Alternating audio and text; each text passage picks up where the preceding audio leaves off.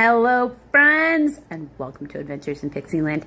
My name's Amy. I'm an ordained minister and we are in Bible study. We are in the Niv and we are in the book of 1 Kings and we are in chapter 2. David's charge to Solomon. When the time drew near for David to die, he gave a charge to Solomon his son. I am about to go the way of all the earth, he said. So be strong, show yourself a man, and observe what the Lord your God requires. Walk in his ways and keep his decrees and commands, his laws and requirements, as written in the law of Moses, so that you may prosper in all you do and wherever you go, and that the Lord may keep his promise to me. If your descendants watch how they live, and if they walk faithfully before me with all their heart and soul, you will never fail to have a man on the throne of Israel. No, now you yourself know what Joab, son of Zeruiah, did to me, what he did to the two commanders of Israel's armies, Abner, son of Ner, and Amasa, son of Jether. He killed them, shedding their blood in peacetime, as if in battle. And with that blood stained the belt around his waist and sandals on his feet. Deal with him according to your wisdom, but do not let his gray head go down to the grave in peace, or Sheol, instead of just the grave. But show kindness to the sons of Barzillai, Barzillai,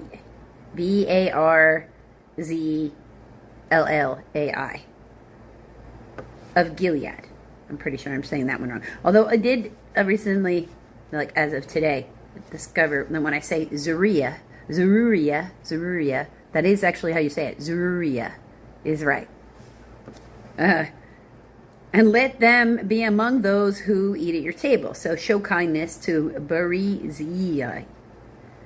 They stood by me when I fled from your brother Absalom. And remember, you have with you Shimea, son of Gera, Gera, the Benjamite from Baurim, Bhaurim, who called down bitter curses on me the day I went into Mahanaim, Mahanaim.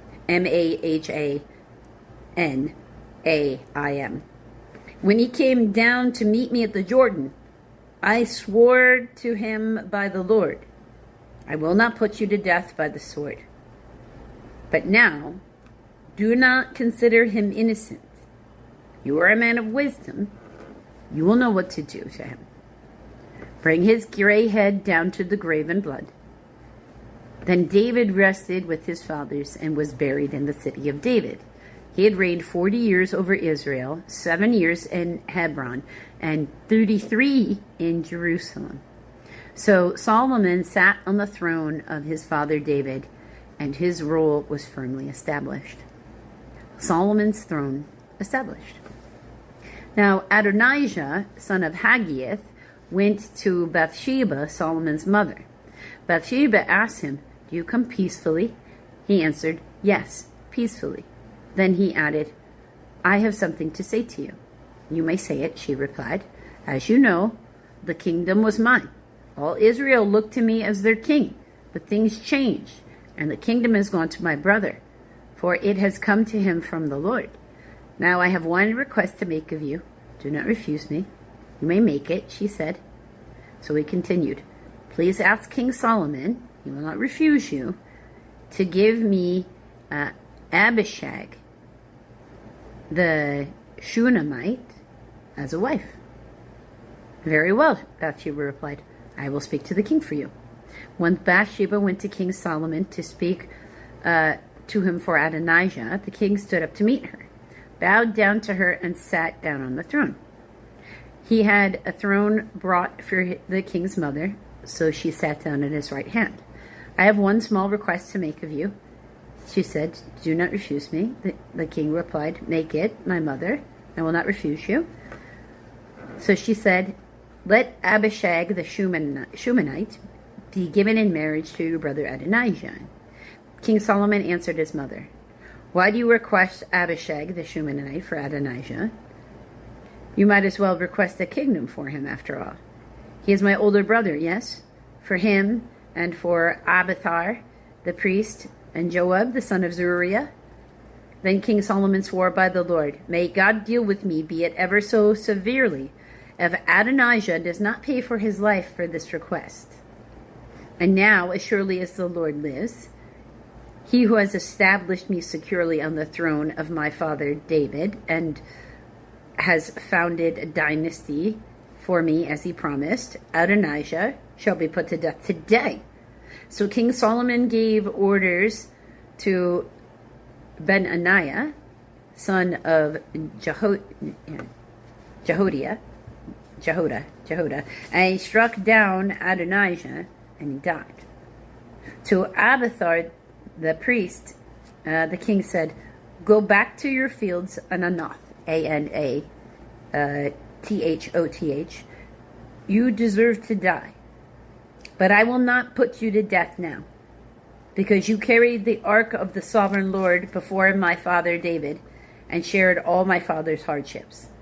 So Solomon removed Abiathar from the priesthood of the Lord, fulfilling the word the Lord had spoken at Shiloh about the house of Eli. When the news reached Joab, who had conspired with Adonijah, though not with Absalom, he fled to the tent of the Lord and took hold of the horns of the altar. King Solomon was told that Joab has fled to the tent of the Lord and was beside the altar. Then Solomon ordered Benaiah, son of Jehoiada, go strike him down.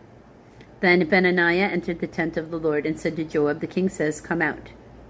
But he answered, I will die here. Benaiah reported to the king, this is how Joab answered me. Then the king commanded Benaiah, do as he says, strike him down and bury him, and so clear me and my father's house of the guilt of the innocent blood that Joab shed. When he killed the two commanders. The Lord will repay him for the blood he shed, because without the knowledge of my father David, he attacked two men and killed them with the sword. Both of them, Abner son of Ner, commander of Israel's army, and Amasa son of Jether, commander of Judah's army, were better men and more upright than he. May the guilt of their blood rest on the head of Joab and his descendants forever. But on David and his descendants, his house and his throne, may there be the Lord's peace forever. So Benaiah, son of Jehoiada, went up and struck down Joab and killed him.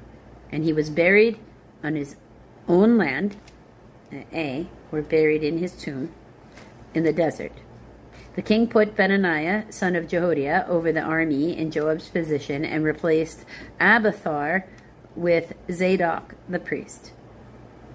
Then the king sent for Shimei, Shimei, and said to him, build yourself a house in Jerusalem and live there, but do not go anywhere else.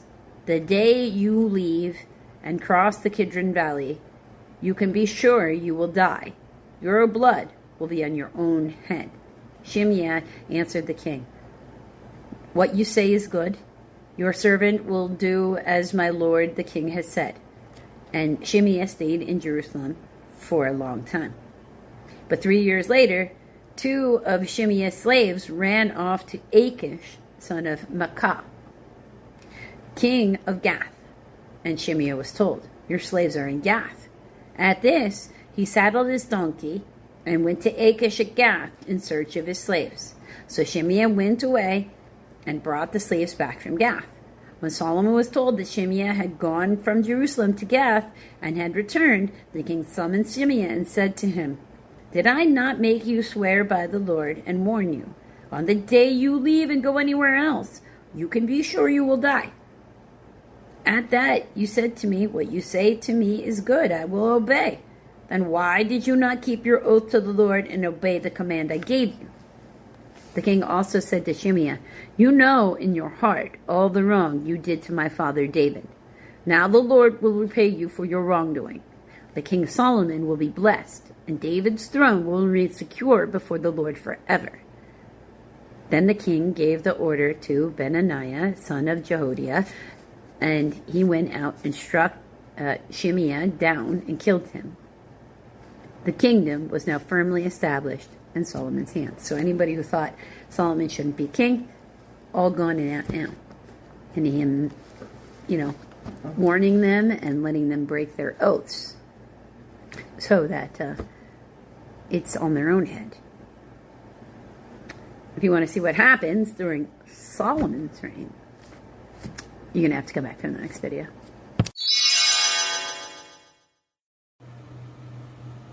Hello, friends. So, Bible study, video 2, the Niv, John, chapter 19. This one will be a nice short one, 38 through 42, the burial of Jesus.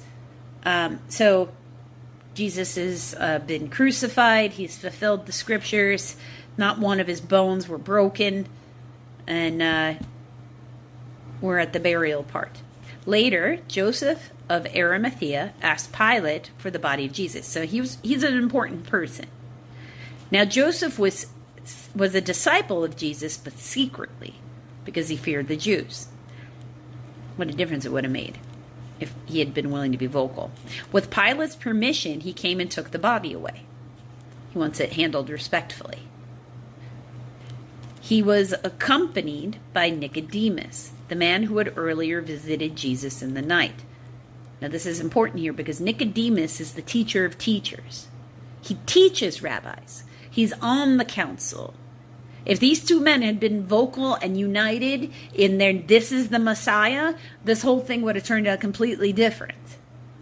But Jesus needed to fulfill the scriptures. Now that doesn't mean he doesn't feel something inside. Both of them feel like, oh my God. Oh my God. Oh my God, what do we do? Right? Like that. I feel I could have saved this man's life and I didn't. What do I have to do something. So they're handling what the disciples wouldn't be able to. Because anybody who would have come forward, who could be any question, something other than this man's family. Like Mary could have come forward, but they're women, they don't speak with women. So a man in Jesus' family would have had to come forward to claim the body, or something disrespectful could have happened to it. Any of those disciples come forward to ask for it, they're good as dead. These two, any one of these two, it's okay.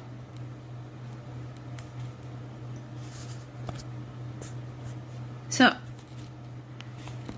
Nicodemus brought a mixture of myrrh, that's what they anointed dead bodies with, and aloes, about 75 pounds, which is a lot.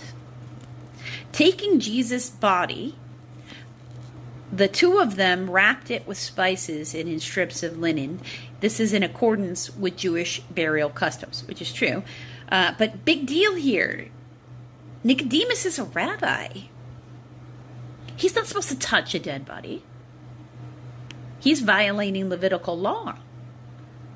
And you're like, what do you mean he doesn't? Because to a Christian, it's like, well, who proceeds over the funerals? I don't know. It's an excellent question. Somebody must. I know it can happen it happens in, I've been to a Jewish funeral. The body was not present in the building. The memorial happened within the temple. So it's not like as if no words are spoken. They just don't encounter the dead body. In fact, the entire family who encountered the dead body now has to sit in their house. They call it sitting Shiva. It's mourning, but it's also a little bit of a kind of like an Irish wake. You celebrate their life. You have to talk about them. You're going to go from grieving and to joy to grieving and joy. And, this is the process of mourning over death. But it's a big deal. He by nature is not supposed to be anywhere near there. So it speaks to a deep level of respect, but also a deep level of guilt. At the place where Jesus was crucified, there was a garden. And in the garden, a new tomb in which no one had ever been laid. It's not claimed by any particular family. It was not unlike them to put the bones of of multiple people in one family in a tomb. That's usually how it worked. It's a family tomb. Everybody goes in there. Because it was Jewish day of preparation, and since the tomb was nearby, they laid Jesus there. Like, they had to get back. This is something they're slipping out, doing in secret, mostly. Pilate knows who asked for the body, but doing it. The two of them are doing this in secret to go lay him to rest because they don't want disrespectful things happening to their body or to his body, because they have more respect for him. They just did not choose to voice that in the light of day. So that's a good reminder. When we don't do what we know we're supposed to do, and we don't speak when we're supposed to speak, and we don't help who we're supposed to help, bad things can happen to other people. We don't live in a vacuum. Our choices affect the choices of others. You don't do your job properly at work, somebody else has to come in and clean up after you. Right? That's the nature of it. When we act out of selfishness, when we act out of only our best interest, we help darkness take root in the world.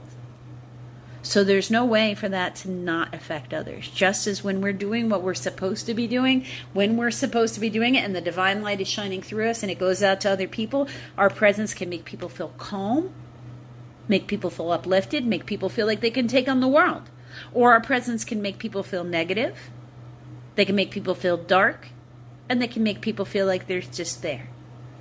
We create our own reality. So what do we want to do? Do we want to breathe life into people today, or do we want to breathe death into people today? Because it's only the real two choices that there are. That doesn't necessarily mean telling people things they want to hear. It means delivering news that they might not like with gentleness, grace, and compassion, and trying to help them find a way to soften the blow.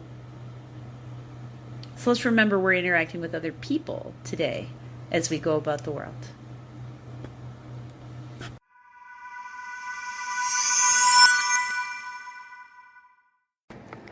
Hello, friends, and welcome to Adventures in Pixieland. My name's Amy. I am an ordained minister, and we are in Bible study. We are in the Niv.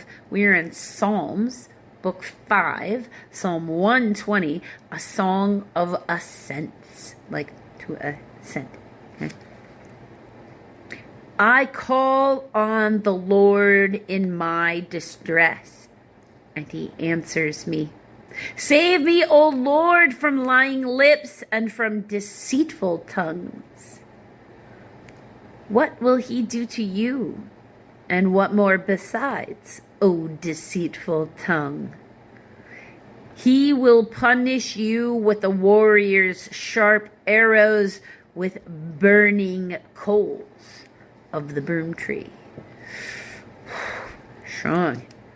Woe to me that I dwell in Meshech, Meshech, that I live among the Kents of Kedar. Too long have I lived among those who hate peace. I am a man of peace, but when I speak, they are for war. So, wow, this guy's feeling it, right? He's like, why all these haters around me all the time? Why they gotta make everything so awful? You know what? We gotta be careful. Isn't that a reflection? The you know what? The you know what can just, you know what, keep you right out of heaven. You better, you know what? You need to go heal. I'm gonna pray to the Lord that he help you heal, so you be nice to everybody else. That's the best thing I could ever think of for anybody. Until the next video, friends.